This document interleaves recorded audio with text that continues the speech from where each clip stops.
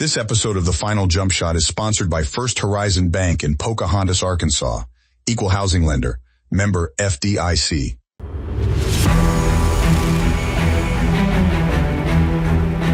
The schools may be gone, but the legends live forever. Welcome to the Final Jump Shot podcast. Here is your host, Marcus Carlton. Welcome back to another episode of the Final Jump Shot podcast. Apologize for everybody. I had to take an extended break. The day job kind of got in the way and I had to be out of town for a few days for work, but I'm back here now and getting in my zone and working on several more episodes, including we're going to step outside of Northeast Arkansas for a couple of episodes coming up. I think everybody's going to enjoy those greatly. But first, we're going to go default here. We're going to go comfort zone. We're going to go back to my hometown, Biggers-Reyno, talk more Buffalo basketball history. I got a chance recently to sit down with more members of my family, some cousins to be specific, all three Morrow brothers, Jerry, JC, and Ralph, or as most people know him, Rooster. Three brothers, one family, three all-state basketball players. And in addition to suiting up for the Buffaloes, two of the three brothers actually coached at Biggers-Reyno, including the oldest brother coaching the youngest. We'll talk about how that went and how interesting things could get with the family dynamic there. Not only that, Jerry and Ralph both had the opportunity to coach their sons, who also played for Biggers-Reyno. And lastly, I can't leave this out either. Ralph was my coach. So sit back and relax as we visit with Jerry, JC, and Ralph, the Morrow brothers from Biggers-Reyno.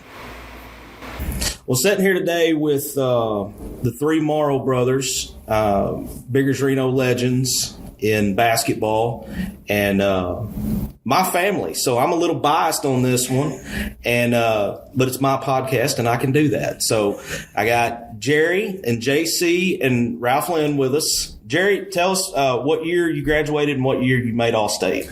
I graduated in 1962 and I made All-State in 1961. Jay? I graduated in 1965 and I made All-State in 1964. All right, Ralph? Graduation in 1980, All-State 1980. So 2 junior years and a senior year, and then a unique piece to the story that, you know, all of the home folks are going to know this, but for the people outside of Biggers-Reyno listening, you know, not only did all three of you play at Biggers-Reyno and make All-State, but Ralph and Jerry, you guys both coached there, and to take it a step deeper, Jerry, you coached Ralph when he played. I coached Ralph when he played, and it was a pleasure to do that. So how Wait a minute, it was a pleasure for him to do that. Oh, yeah. It wasn't a pleasure for me. Well, I was going to expand on that a little bit, and I was going to ask who the pleasure was for.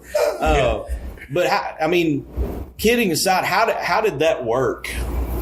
Let me answer that. Yeah. Let me answer that. All right.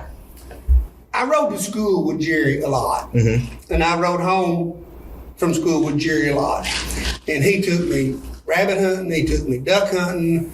I mean, we were together a bunch. When we were at school and in practice, it was all business. Mm-hmm. And let's, instruct and correct and teach and try to make you the best player that you can be. But never one time, and I played for Jerry 8th, 9th, 10th, 11th, and 12th grade. Never one time out of school, when we wasn't in basketball, did he try to get on me or correct me. He separated it. Now, I don't know how he done that, but he did. When we were at school, he was a coach and I was a player. When we were home, we were brothers. And that meant a bunch. Yeah. Jay, you're watching this from a distance when Ralph's playing and Jerry's coaching. What's the perspective that you saw? Because you had a unique view on it because you had big brother coaching little brother, and I don't know, were you ever kind of caught in the middle, or was it just sitting back and watch? Well, yes, I was caught in the middle. I coached boys at Naylor that year, and we went down to Biggers, and I had a decent team. They weren't great, but they were decent. And we went down there, I think it was Ralph's senior year, and they mopped us completely off the basketball court. I didn't know anybody could score that many points against my team, but they did. Yeah. We scored 102. Oh, wow. I think it's the only time we ever scored 100 when I played. You don't have to rub it in. But Ralph really wanted to play that game. You know, a lot of times he didn't score as much as he could have, but in that game he wanted to score. And he did. I don't know how many points he got, but he got a bunch. Was that the game we played down at Biggers and it snowed? On the afternoon? Anyway, forecast for snow that night, and we came down there and played at 2 o'clock in the afternoon or something. In order to go ahead and be able to play and not have to worry about driving back and forth. No, that wasn't my senior year. That was my junior year. Was that your Charlie was still playing.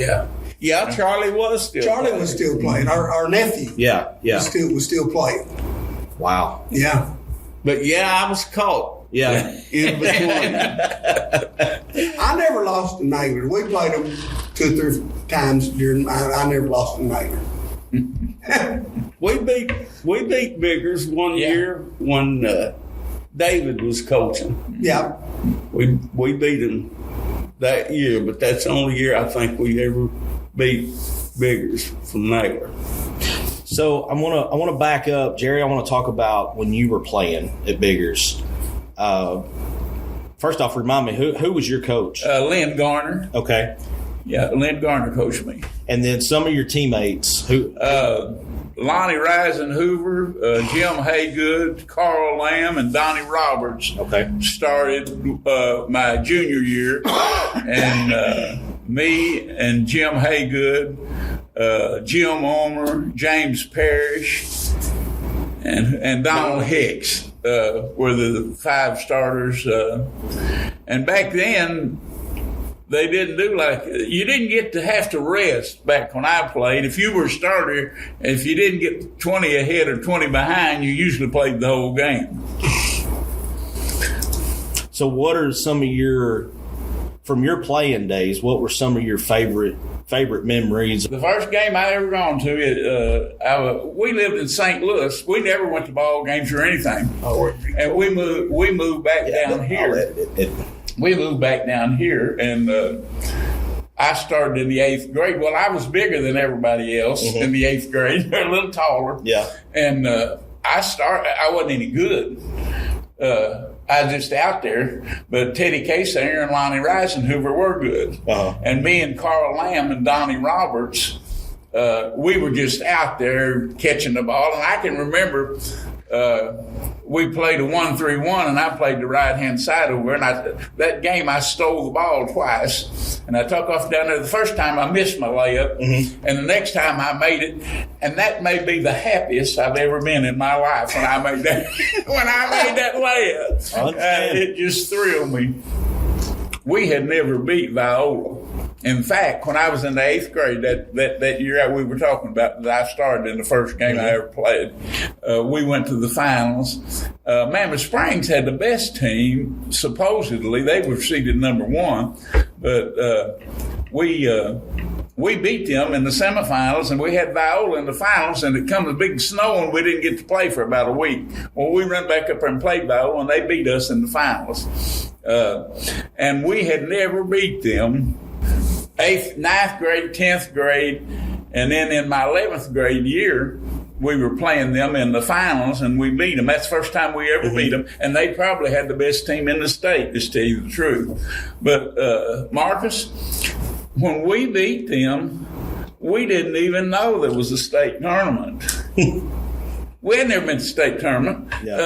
From 8th grade through up, Biggers always went to the district tournament. We were big on winning the county, but we never won the district. After we won that district, though, year in and year out, till Biggers-Reyno closed, they were a threat to win that district tournament because they come back. We got cheated out of it the next year. The referee that refereed the game was from Mount Pleasant, and he just cheated us out of the game. I was in the middle of the game. I was running down the court. I was just crossing going across the lane, and Irvin Mosier runs up and bumps me and falls, and that referee called offensive foul on me. I get the ball on the basket and jump up to shoot a free shot. They come across both arms.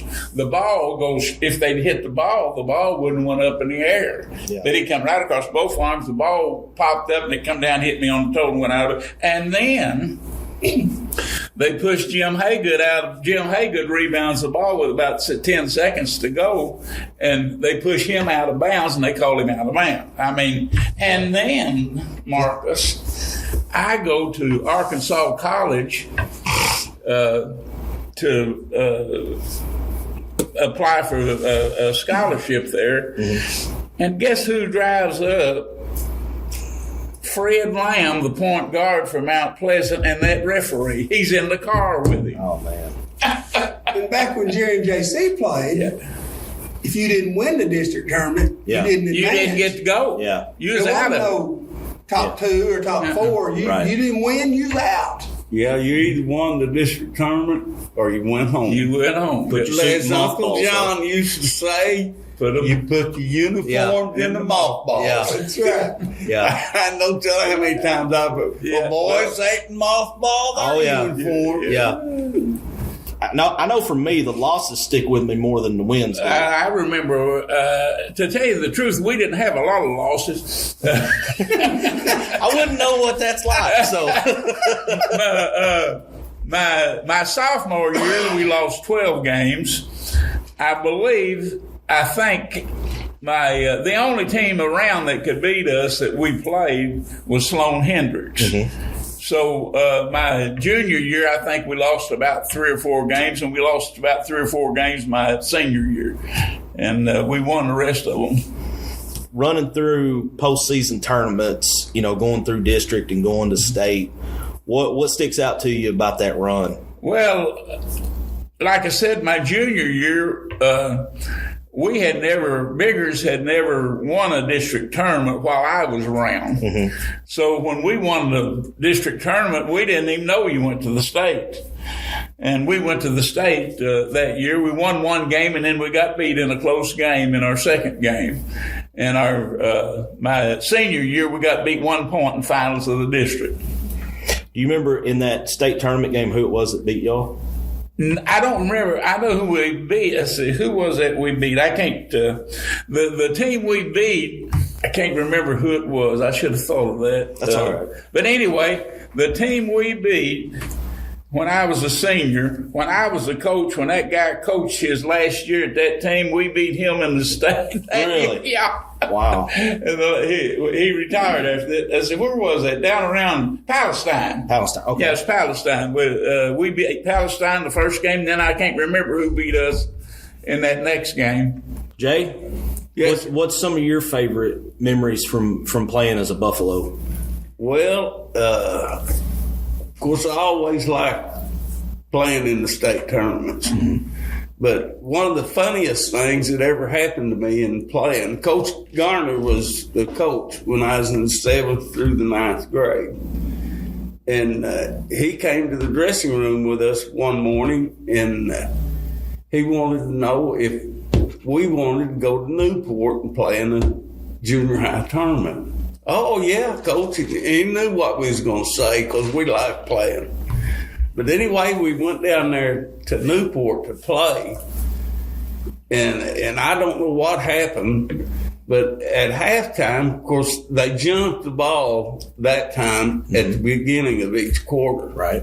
Well, we went in the dressing room and came out, and at halftime, whoever was jumping center, and I couldn't tell you who it was, tipped the ball, and it came to me, and I took off with it, but I went the wrong direction.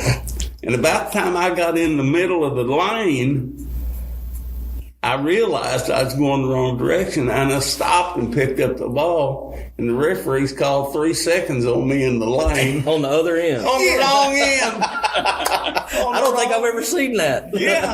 Yeah, they might have called 10 seconds, not getting it back, but I think they called 3 seconds in the lane on me. But that was one of the funniest things that ever happened to me. So who were some of your teammates when you played? I I had some of the same teammates that Jerry had. I had Jim Ulmer, Jim Foster, James Parrish, and Bill Pritchard, and I started when I was in the 10th grade. Mm-hmm. And let me tell you something. Those first three guys that I mentioned could put the big D on you. Yeah. And we played in I think it was the finals of the district tournament that year. It was either finals or semifinals, and we played Salem. They had Jim Haney, and they had a big old red-headed Moody boy. Moody. That was about 6'4", 6'5", something like that. We went in at halftime 11 points down. And they had a good team. You had 4 fouls. Yeah. And anyway, when we went back out there, Jim and Puny Parrish is what we called him. Went out there and we went to putting the D on them. Wound up beating them, 4 or 5 points? It was a close game. And that's probably one of the major games I ever played in, other than in the state tournament. So talk a little bit about that state tournament. Well, in 63, we went down and we won the first game. Mm-hmm. That's the same group that I was talking about just a few minutes ago. And then in 64, Lake Hamilton, I believe it was, beat us in the second game. Now, we came back the next year in 64 and won the district. We went down. We went to the semifinals. Final Four, whatever you want to call it. At that time, we didn't know Final Four because they hadn't come up with that. But anyway, we went to the Final Four, and we were laying around resting in the motel room. And one of the guys that never did play hardly any jerked a pillow out from underneath Donnie Myers' neck and popped a crick in his neck. He was our starting point guard that year. And he could play 3 or 4 minutes, and then he'd have to go out and rest. Well, while he was out there, we could maintain a lead or catch back up. When the sub came back in, we'd fool around and we'd get behind 3 or 4 points. And I will go to my grave believing, had that not happened, we might not have won the state, but we would have played in the finals of the state tournament. All right, your turn. Oh, gosh. Playing at Biggers, if you've not been there, it's hard to explain. And we were good when I was in the 9th grade. Well, we were good when I was in 8th grade. We won the district tournament 8th and 9th grade. Sophomore year, we were just okay and had a shot that year to get to the finals and didn't make it. And then we got beat in the semifinals when I was a junior. We won it when I was a senior. We beat Overbend in the finals and went to the state tournament. But my deal was, I wasn't old enough. Jerry graduated 62, JC graduated 65. I was born in 61. Mm-hmm. So I wasn't old enough to watch them play in high school, but I heard the stories. But I did see them play a lot of independent basketball. Back then, they played independent basketball after it was over, and they would drag me to the games with them to watch them play. Now, we didn't drag you. No, you had to go. Yeah. I never did get there, but I always wanted to be as good as these two. But I didn't make it. But that motivated me. We all wore 52. Jerry wore 52. JC wore 52. I wore 52. I wore 52 because Jerry was my hero. It's kind of the same thing. And still is. We may get emotional before this is over. Sorry. But it just is what it is. But that's right. I wanted to be like these guys. Yeah. I wanted to play like these guys. And I wanted people to know that I was giving everything that I had. And that's what I tried to do. But I'm going to tell you, Jerry was hard. Whew. He was hard. He was good. Yeah. Great strategist. I mean, he could game plan and do all kinds of things that lots of people nowadays, they just put kids out there and let them play. But you know, I can remember when we had a game at Biggers, everybody came. Not just parents, not just grandparents.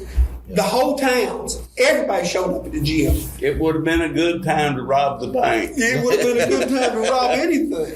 But everybody showed up, and they just didn't come and sit and talk like you go now to ball games. You see people setting up the bleachers and there's vision. No, they came to watch the ball game and to be an integral part of what was going on. And that makes a big difference, y'all. You're out there playing in a close game, and you got your fans over here just going nuts. It makes a huge difference. But we got beat when I was a senior in the finals of the regional tournament by Tyronza. Tyronza, yeah. And they were good. But I was in foul trouble that whole game. And Jimmy Eddington was a sophomore, and he played in my spot. And Jimmy was a good player, even as a sophomore. He was a good player. But they wound up beating us 3 or 4 points, and we had to play Parkdale in the first round. And they won the overall. The year before. Wow. They won the overall state tournament back when they had it. They won Class B, which is what it was back then, and then they went and they won the overall state tournament against all classifications. They had about all of them back. And just to clarify on that, what Ralph was talking about here, the overall, it doesn't happen anymore. Yeah. But that's when you took the best of the best and lined them up. Yeah, and every state tournament champion in every classification went to Conway and UCA and played an overall state tournament, and they had won it the year before. And that year they beat us. They won a state tournament, and I went down and watched them play in the overall. They played West Memphis. You might remember these names: Michael Cage, Keith Lee, Aaron Price. When they were in the midst of that 60-whatever game winning streak that they had. And at halftime, Parkdale was up 5. Wow. Now, they wound up getting beat 8 or 10, but not bad. But we went to Monticello and played and got beat in the state tournament. But there's nothing like playing for your hometown and people being behind you, you know, like our people were. You just, if you've never experienced, you just can't imagine the feeling that you have. We played in the finals of the district tournament when I was a senior. It was at Sloan Hendricks. Yeah. In their old gym. You couldn't even get out of bounds to throw the ball in. There's so many people there. It was full of people standing around the sidelines and the end lines. I mean, people had to step apart for you to get out of bounds and throw the ball in. Wow. It was remarkable. And by the way, I got 40 that night. just to clarify. I can remember 18 out of 18 free shots. That's right. I can remember when we played in that old gym down there at Biggers. Of course, that's the only place Jerry and I ever played.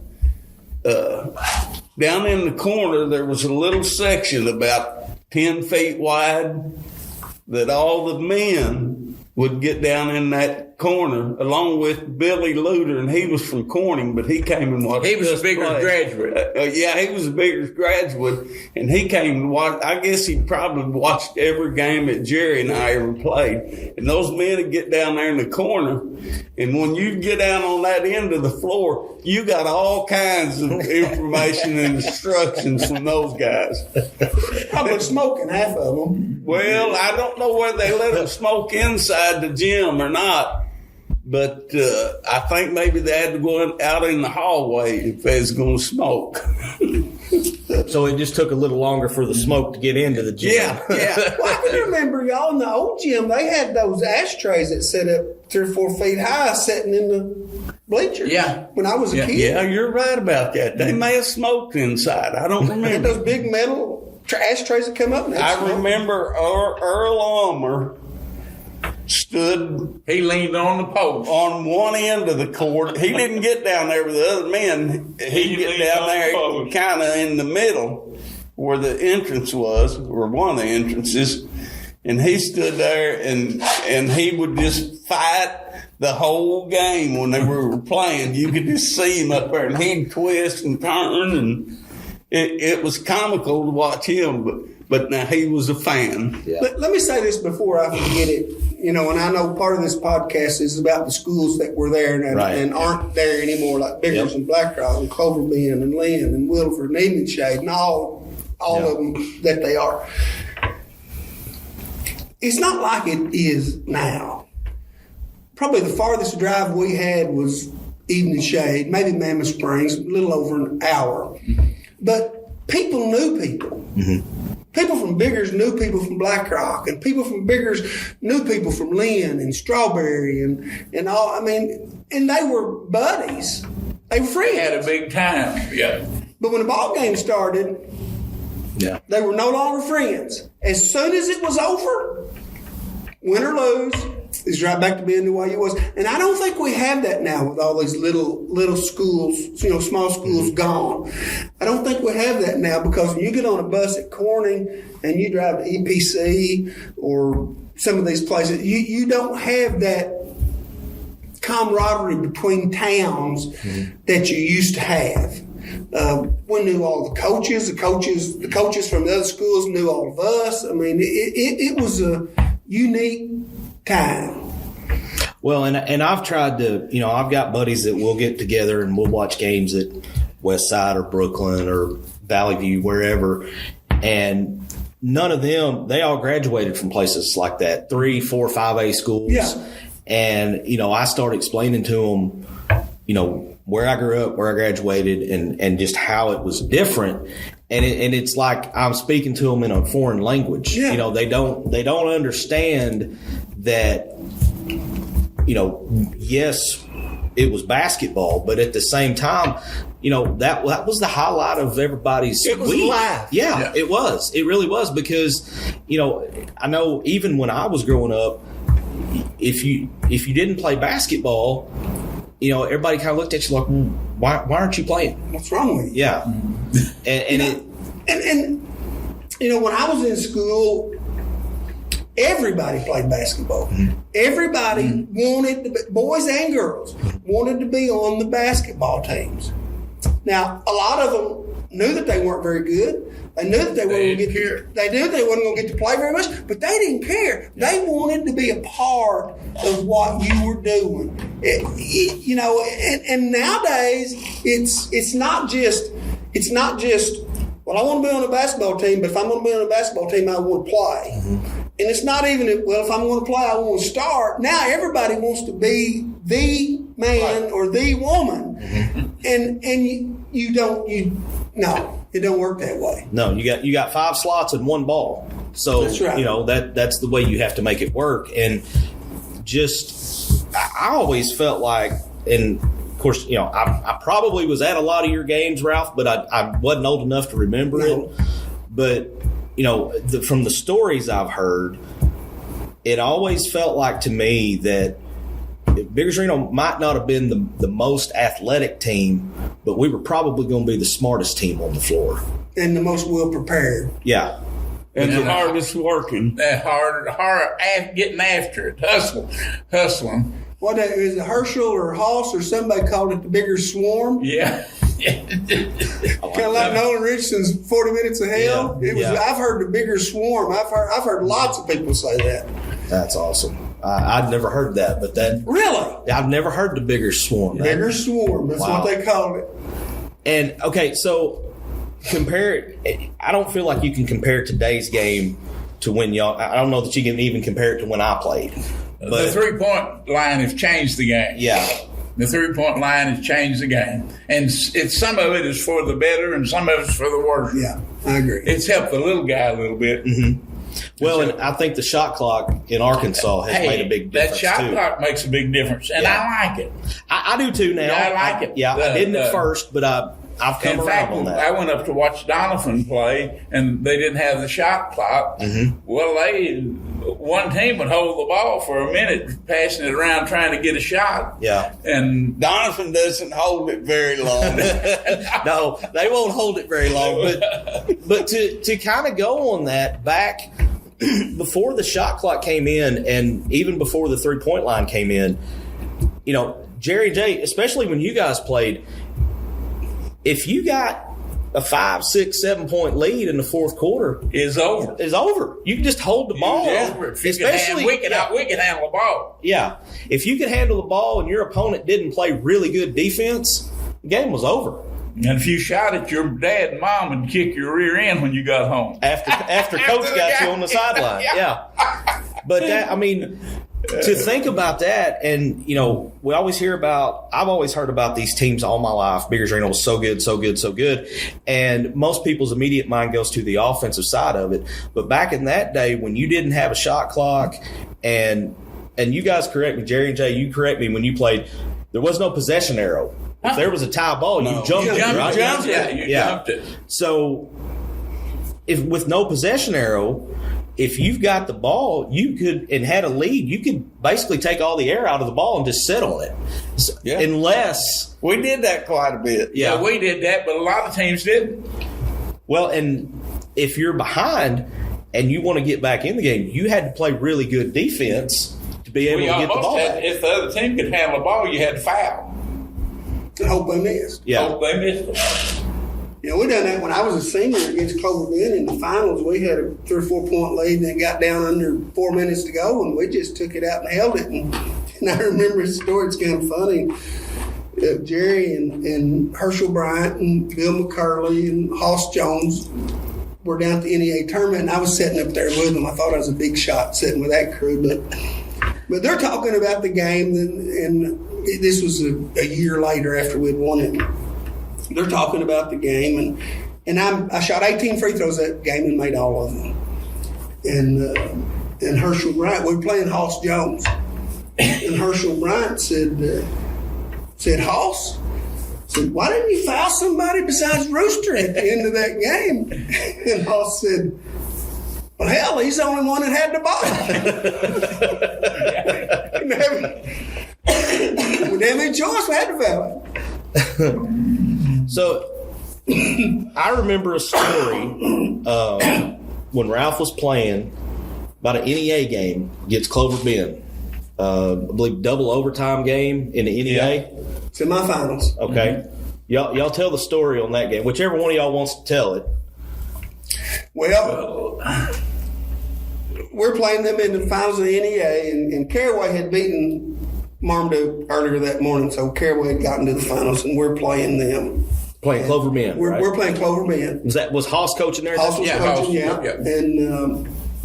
And the game's close, nip and tuck, and we started fouling out.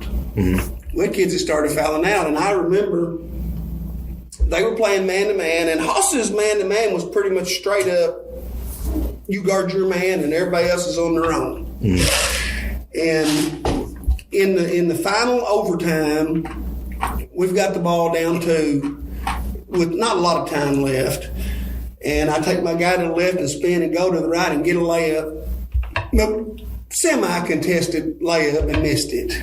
And then we had to foul, and they made free throws, and they wound up beating us. But he had hit a free shot, a jump shot, free shot tied up. In regulation. Yeah, they were shooting free throws up, too, with 6 seconds to go when I got the rebound and took it down the floor and hit a jump shot at the free throw line to tie it up.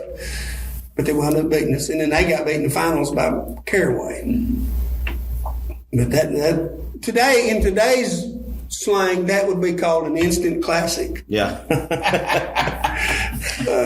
Well, from the stories that I've heard all my life, you know, all three of y'all played in quite a few instant classics, you know, and I tried to do some research and stuff, and there's just not any records online of, you know, these old games, and I'm running into that not just with Biggers, but a lot of these small schools.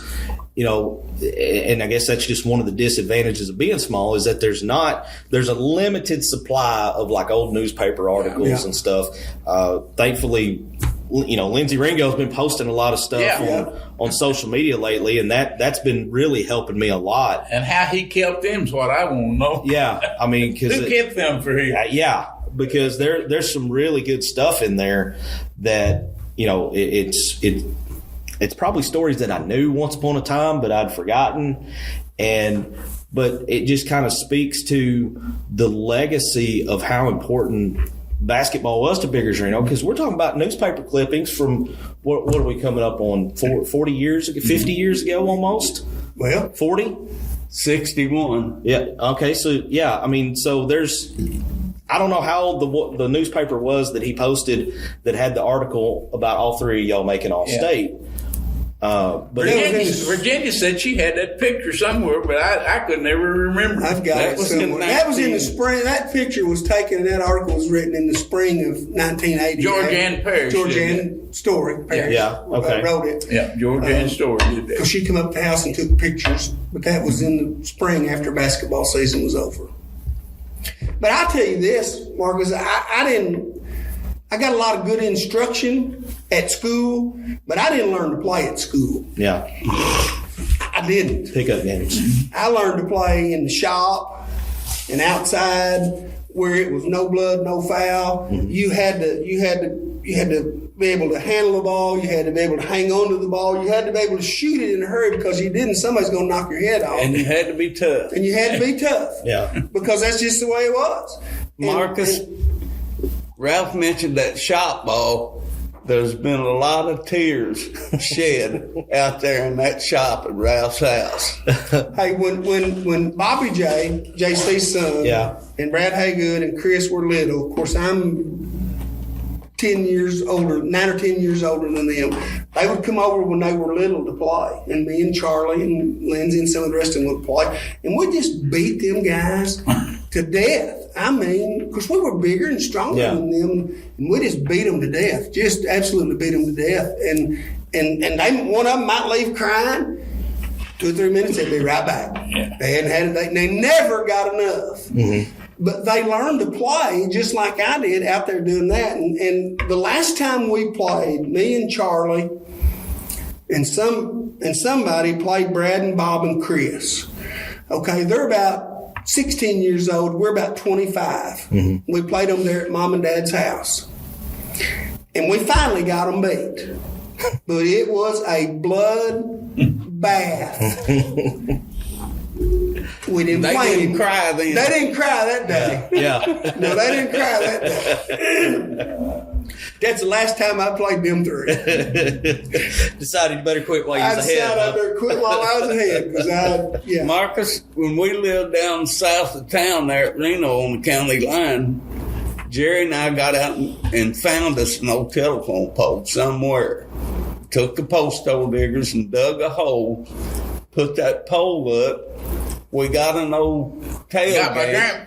Got the tailgate to my grandpa's truck and put it up there. Yeah. For a backboard? For a backboard.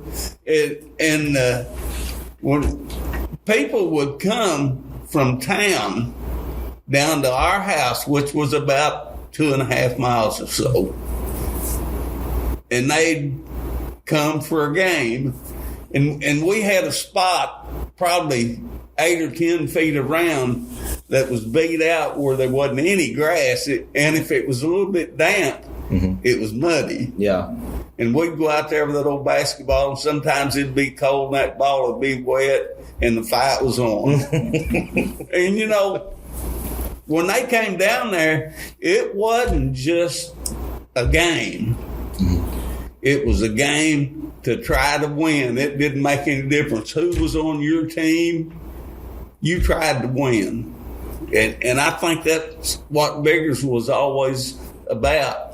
When you went out there on the floor, you didn't go out there just to play and have fun.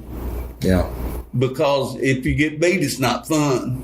Mm-hmm. It's a whole lot more fun to win than it is to lose. And I went to a baseball game, a Little League baseball game, when Lance Mason was playing over there at Corning. And there were people up there in the bleachers saying, "Oh, it don't make any difference whether you win or lose or not, as long as they're having fun." And I said, let me tell y'all something. It's a whole lot more fun when you win than it is when you get beat. And when you get beat, it's not funny. Yeah. And it was a bunch of ladies, and you know how the mamas are. Oh, yeah. A lot of times. Now, Angie wasn't like that. She wanted to win. No, she wasn't. And I also told him, if it didn't make any difference whether you won or not, why do you keep score? Yeah. Well, and I think that, you know, I've run into that a couple times with some friends of mine that I played pickup ball with in college and after college, because when I went out there, and it was just a meaningless pickup game on, you know, a Thursday night or whatever, and we're out there, but I'm locked in like I'm still wearing the Buffalo uniform, because if I'm going to spend my time doing this, I don't want to just go out there and just, it's not going to be fun for me if I don't win. And that was instilled in me early on.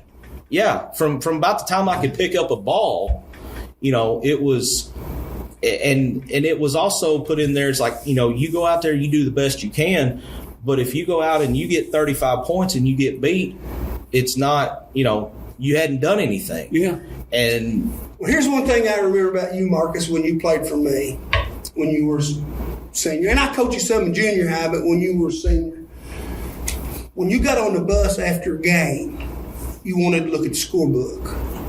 But you weren't looking to see how many points you scored. You were looking to see how many points the man you guarded scored. Mm-hmm. That was important to you. Yeah. Because you didn't want your guy to get any. None. Not one. Mm-mm. And they didn't get very many. and you came to me and you always wanted to guard the best player. When we were going over scouting reports and stuff, and I was telling you, this one does this and this, you'd say, I got him. And it didn't matter if you're 5'8" on a good day. On a good day. Yeah. And some That's of those when guys, you got hair. Yeah. When I had hair, I was 5'9", but I'm 5'7" and some of those now. guys were 6'2", but it didn't make any difference to you. You wanted the challenge of guarding the best player on the other team. And most of the time, that's who you got. Mm-hmm. And they didn't get much. Boy, they sure did get aggravated with you guarding them. Well, I might have took a few shortcuts here and there when I was guarding, but, you know, I had learned where I could put my hands when the referees were in certain positions. And when to bump them. Yeah. You don't bump them right out in front of the referee. Yeah. Well, it's hard for people to score, Marcus, when they can't get the ball. Yeah. And you didn't even like for your guy to have the ball. No, I didn't want the ball in his hands, because especially if I was guarding one of those big ones, because I knew if he got the ball, I was probably going to have to foul him. Yeah. But if I could keep him from getting it, you know, make somebody else beat us. That's right. And that was, you know, and yeah, I didn't want to look at the scorebook for me, because it you know, I could keep up with that on my hands, how many I scored, you know, no more than I shot the ball. But that sense of pride and just wanting to win, because and you guys are all the same way. The winning was the most important thing. I mean, it was nice to get the 20, 25 points a game. But, Jarrett, I mean, would you rather win or score 25 and lose? I'd rather win. Absolutely. It's kind of like we were talking about Ralphlin a while ago, wanting to score against Naylor. When we played somebody that wasn't very good, Ralphlin might score 10 points, and we'd beat him 30. But he let everybody. When we played somebody that was good, he'd score 30, because the part of it, the others couldn't score that much, and he wanted to win. But he didn't care whether he scored that much when we was playing somebody that wasn't any good. And my teammates knew that. Yeah, they knew that. They looked. They tried to get it to me. They worked really hard to get it to me in big. But they wanted to win too. Because they wanted to win. You mentioned teammates. I think the three of us played on teams with good teammates. You're right. Yeah. We all had good teammates. I played with James Gardner, and he was as good a teammate as you'd ever want to be around. And he could play. James Gardner could play. Yeah, he got 48 in the finals of the district. Well, I was going to say, senior year. I was going to say, I thought he got 50 that year, but it may have been 48. I think it's 48. That was the year. The reason I know that is because that was the night Clay was born. Yeah. I went to the ball game and watched it. Wilford and I come back. My wife was at Paragould having Clay. Wow. And But I got over there. My teammates, you got theirs, you hadn't got mine yet, was me and Doug Godwin and Danny Walmsley and Terry Daugherty and Terry Johnson started. Mm-hmm. We were 6'3", 6'1", 6 foot, and me. 5'10", maybe. But I played the post. And then we had Jimmy Eddington and Freddie Yarbrough and Lindsay and several others. But we had a good bunch. We had lots of kids that could play. Doug Godwin could shoot the eyes out of it, and so could Terry Daugherty. Yeah. If we'd had the 3-point line back then, boys, they could shoot it. Yeah. And Walmsley was 6 foot, but he was a grown man in the 6th grade. Just a grown man. And the only thing Danny couldn't do was pass. He could not pass. And I've heard Jerry tell him this before. Walmsley, just shoot it. At least we'll have a chance to rebound it. Don't pass it. You don't get fancy. He could shoot it. He could shoot it. Probably the best 8th and 9th grade shooter I had. Yeah. He's probably the best 8th and 9th grade when he and Ralph were in 8th grade. We beat Sloan Hendricks, and they had that Scott Horrell. Had Scott Hurl, 6'8" kid that played at the University of Arkansas. Wow. And we beat them twice. They hadn't lost a junior high game, and I can't tell you how many years. We beat them at Biggers, and then we beat them in the finals. No, we beat them in Sloan Hendricks. We beat them in the finals. We did beat them in Sloan Hendricks, and then we beat them in the district. And then we beat them in the district tournament. Boys, I forgot to mention Bill and George Pritchard that I played with too. Yeah. They were two good basketball players too. Yeah, George didn't either one of them score a whole lot, but they played good defense and they rebounded a lot. And I think they need to be mentioned because they were good teammates. Some of these names I've heard, some of them I haven't, but the big thing that sticks out to me is that when y'all played and teammates, and you talk about how good your teammates were, part of that, and you don't see this much now, but those guys knew exactly what they were supposed to do when they were on. They knew their role. Exactly. And they didn't try to, if their role was rebound and defend, then that's what they were going to do. And I don't think you see that much more now. Everybody wants to be the guy that scores 30 a game. Yeah. And you don't have the guy that would rather get the rebound and shut down somebody else or take the charge or do the things that doesn't show up on the stat sheet, I don't know how many points Brad Haygood averaged when he was in high school. I don't know. And Brad was a good player, obviously. Not a great shooter, but a good scorer. Mm-hmm. But I'd almost bet you my next paycheck that half the points he scored in his career were on offensive rebounds. Now, he would go get it when it was shot and put it back in. And he didn't throw it back out to the 3-point line. No. Somebody else shooted it. Yeah. No, he got a bunch of rebounds. And Jared, go ahead. Chris Eddington said on one of his Facebook posts the other day, if Bob had come to Biggers-Reyno when he was a senior, they would have won the state tournament. Yeah, and probably won it the next year after he was gone. Yeah. They'd sure won it. And we haven't even mentioned some of it. I'm going to tell you, Jerry had some sure enough good teams when he coached at Biggers. Well, that's where I was headed next, was to talk about, because I know about the 80 team. Right. I know about the 82. I believe that was Jimmy Eddington's senior year, right? Yeah. Jimmy and Darryl Haygood, yeah, Freddie Yarbrough, Jimmy Yancey. Yeah. But what are some of the other really good teams that you coached? The best team I had was Mike Allison, Tommy Bryant, Carter Rickman, Dennis Eddington, and Jerry Foster. We were 6'2", 6'2", 6'2", 5'10", and 5'10", and them two. One of the 5'10s could jump out. Bryant could jump out of the gym, and Allison was quicker than a cat. And we got beat 1 point in the semifinals of the state tournament. Wow! And had a layup. We were going down the court with less than 15 seconds to go, and we were going down. We were going to be 3-on-2, and Mike Allison had the ball out front, and he was going down, and instead of going to the right, he went to the left. And Dennis run over him and trying to get in front of the ball. He was trying. He run over him, knocked him down, and we got beaten 1 point. But had we gone on in and scored, we'd have won that ball game and been in the finals. That bunch was good. That bunch good. Well, they were all big. Every one of those boys had played point guard at some time during their career. Jerry Foster and Dennis played point guard when they were in the 7th grade, and of course Rickman he played point guard when he was in the 7th grade, and of course the rest of them were point guards.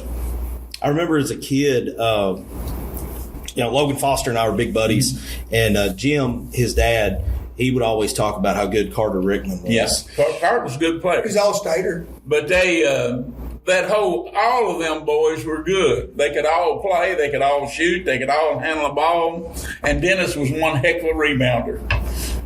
Well, so was Rickman and Foster. Foster was probably the most underrated player. Yeah.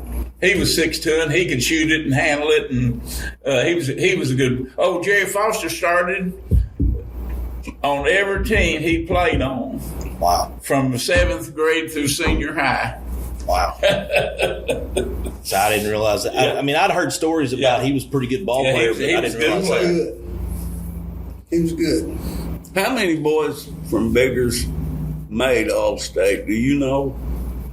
Well, I know we three and Carter Rickman. I know he did. And I don't know. I can't think of anybody else right off. Well, the later years, Brad did. Yeah. Did Chad Hovis ever make All-State? I think so. I think he made All-State. That year after Brad and them graduated, it was just him and Colby left. But I'm pretty sure Chad made All-State that year.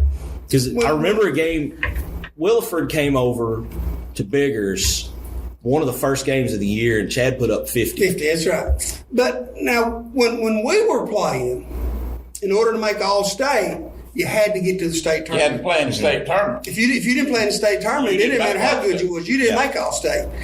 Nowadays, they pick 4 kids, unless it's changed since I got out. They pick 4 kids from each conference to be All-State players. No matter whether you win the district or regional or whatever. 4 kids in that conference is going to be All-State, but it used to didn't be that way. If you didn't get there, if you didn't play in the state tournament, you didn't make All-State. Well, it's just like if you didn't win district, you didn't move on. Well, that's just like Jim Haney when he played at Salem. He was one of the better players in our conference, if not the best.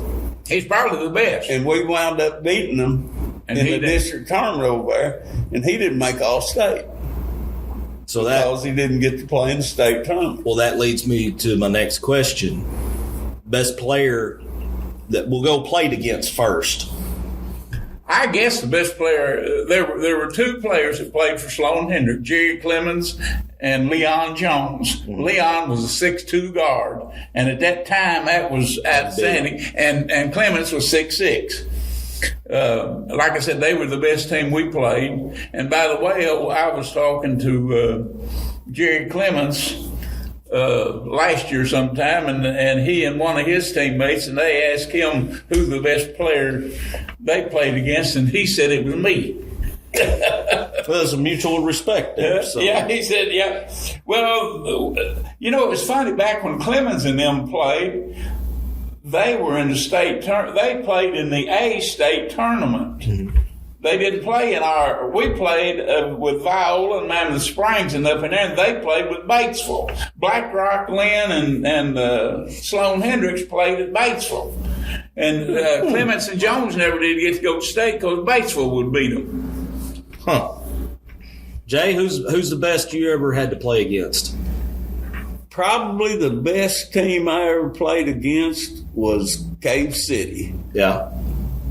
They had Jim Cordell. It was about 6'4", probably 6'4", and he could play. And I can't remember the other boys. Woolridge, Adam Woolridge. Woolridge was a guard. That was a pretty good player. They were probably the best team we played against. However, we got beat by Clover Bend my senior year in the semifinals of the district. Clover Bend was always pretty good. Jim Haney was probably the best player you ever Jim played. Haney was probably the best player I ever played. He was later on in years. Yeah. I don't know whether he was. Well, he probably was in high school. Yeah. He probably was in high school. Ralph, I think I know what your answer is going to be. I think when I was a senior, I think probably the best player that I played against was Scotty Pierce at Clover Bend. Scotty's about 6'4". Shelley Smith's brother over at Corning was a really good player. You played in a state tournament against that. Oh, golly. The best player I ever played against was Ronald Claiborne. Yeah, that's what I was going to guess.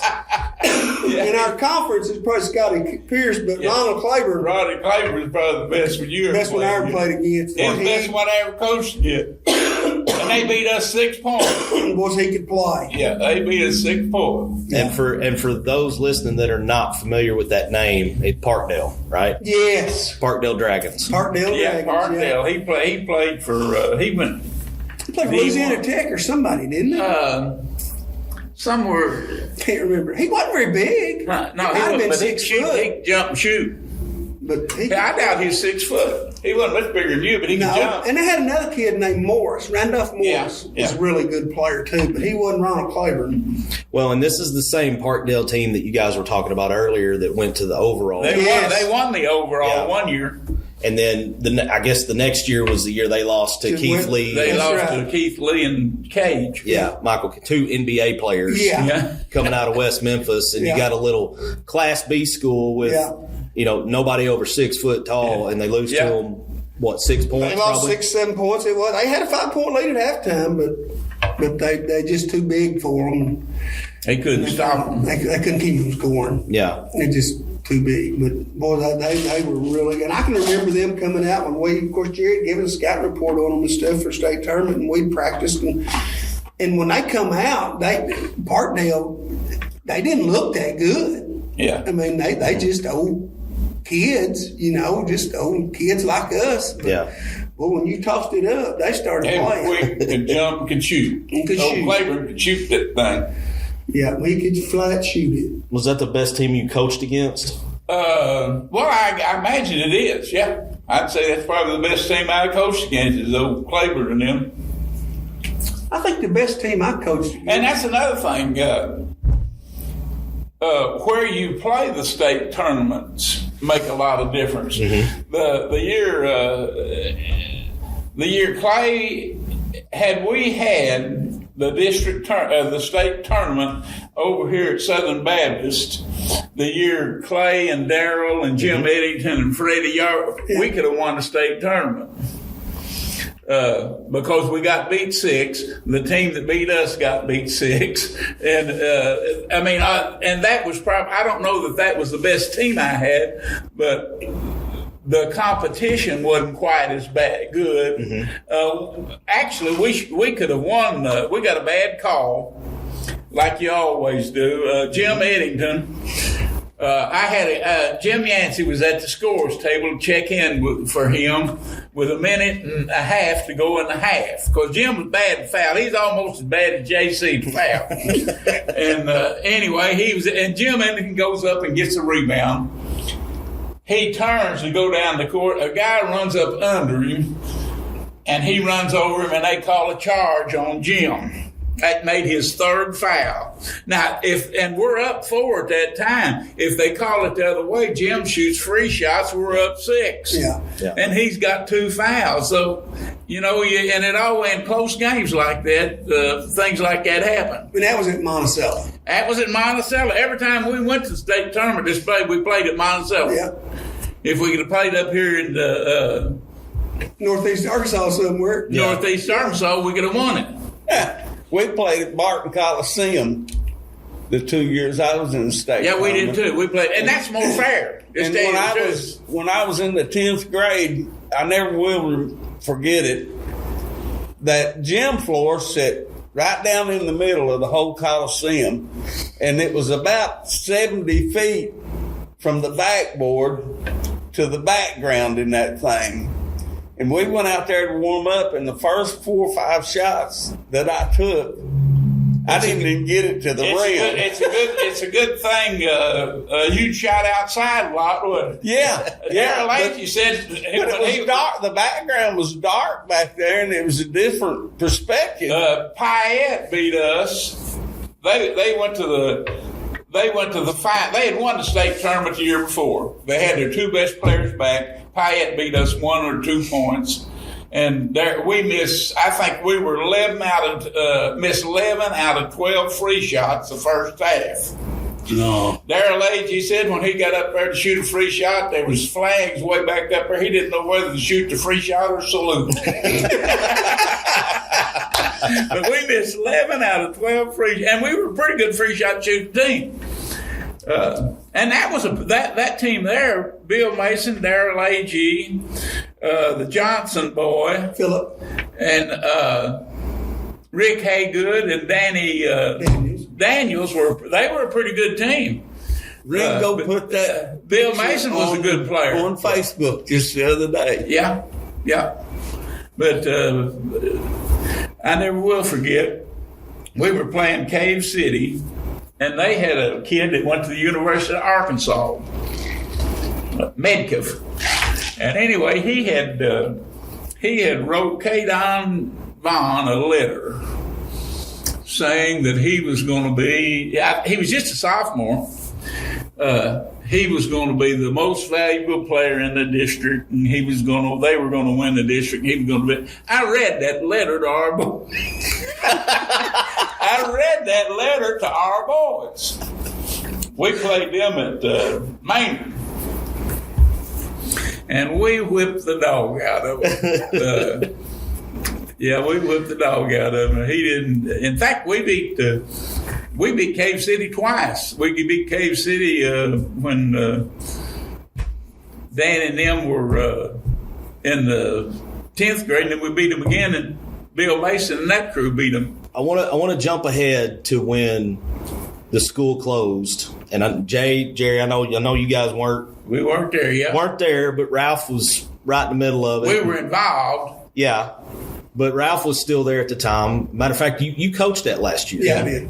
And, your son was there, Brett, and my younger brother, and Ben Hoggard, and some of those guys. But, I remember how I felt when I first got the news that this was it and that it was closing. And I've said it before, and I'll take this to my grave. When it finally became, I guess it sunk in on me that the school was closing. I mean, it felt like I had lost a family member, and I try to explain that to people, and they're like, "Well, what do you mean? It's just a school?" No, it wasn't just a school. It was, this was with the way that my family and y'all's too. We were all involved in the school in one aspect or another, whether it was working there or just being a fan or sitting on the school board or whatever it was more than just a school. It was kind of the heartbeat of that community. Well, when you lose your school, you're going to lose your community as a whole. It's going to go down. Mm-hmm. It ain't going to get better when you lose your school. There are good things about losing your school, and there are bad things. Athletically, the players getting to play, you lose 5 players, mm-hmm. and the mediocre players are not going to get to play. Yeah. Now, the real good players, they're going to get to play no matter where you go. Yeah. But them mediocre players, they won't get to play. The good thing about the thing, you have music and other things that goes on in the school that where we didn't have any football. Right.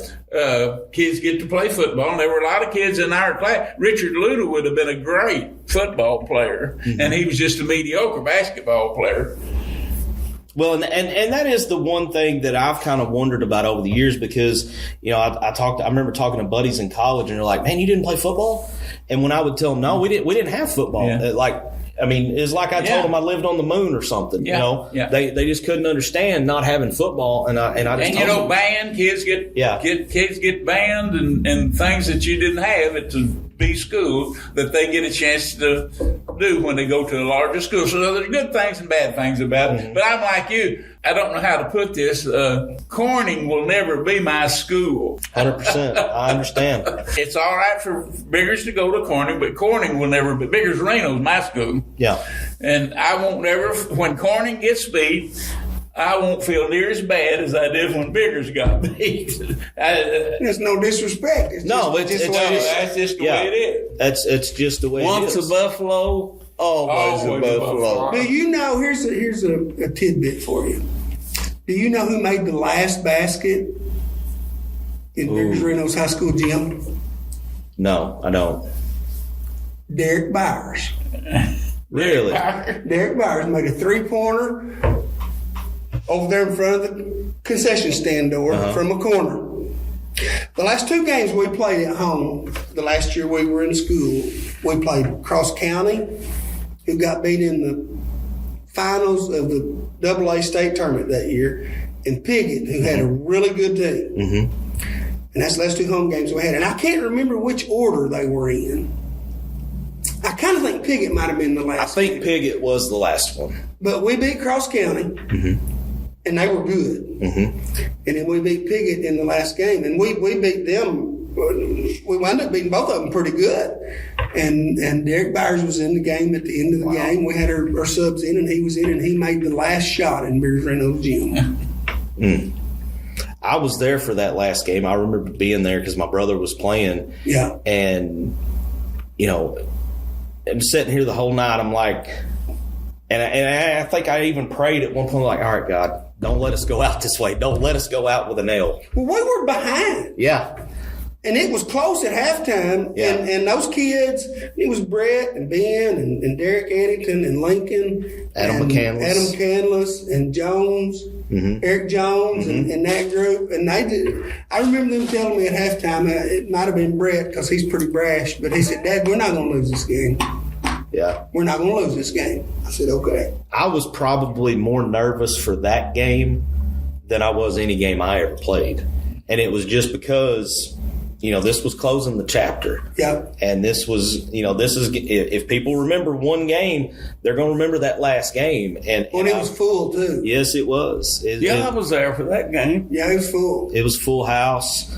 I don't know that I never saw a crowd that big when I played, but everybody came that last night. And then when that last buzzer went off, it hurt. Yeah. I mean, it just... A lot of tears shed that night, even with a win. Yeah. We'd won, and we'd won pretty big, but there was lots of tears. I like to never got the kids out of the gym. They still won't leave. Yeah.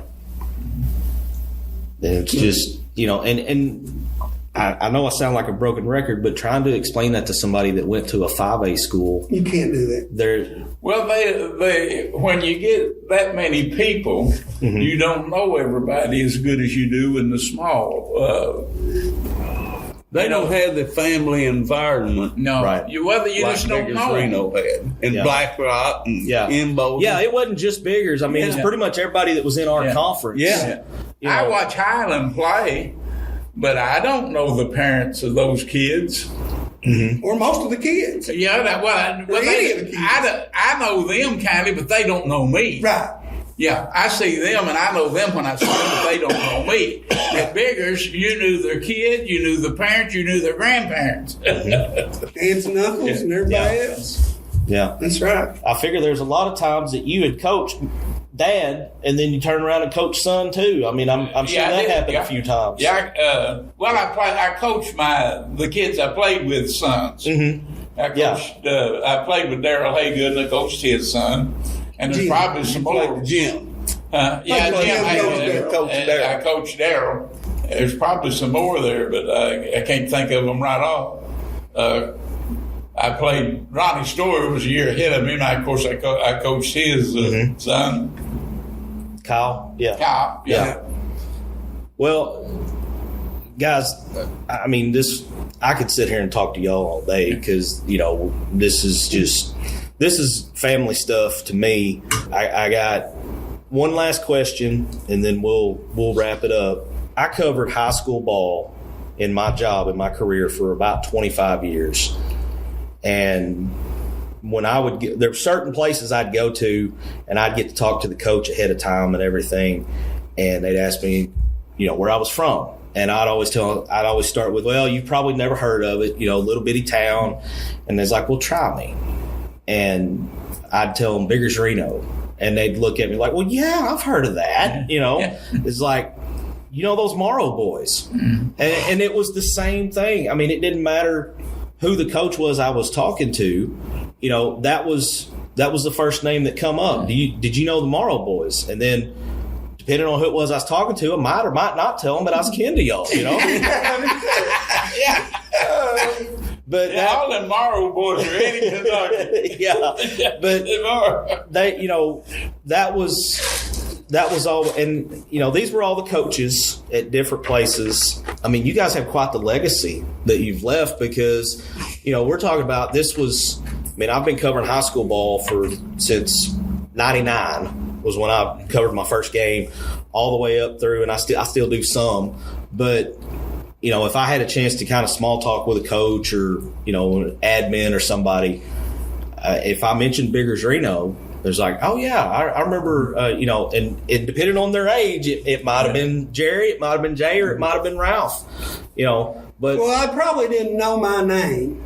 Yeah. Because here's who I am. I'm not Ralph. I'm Rooster to a lot of them. Right. But here's who I really am. Oh, you're Jerry's little brother. Oh, you're JC's little brother. Mm-hmm. So I'm the little brother. Yeah. But that name, it was synonymous when I would mention that I went to Biggers-Reyno, that would come up. And then the next thing they would say is, well, I was going to ask you if you played ball in high school, but if you went to Biggers, I know the answer to that. So, and I want to say this before we quit. And JC and Jerry and I were all pretty good players at Biggers. Okay.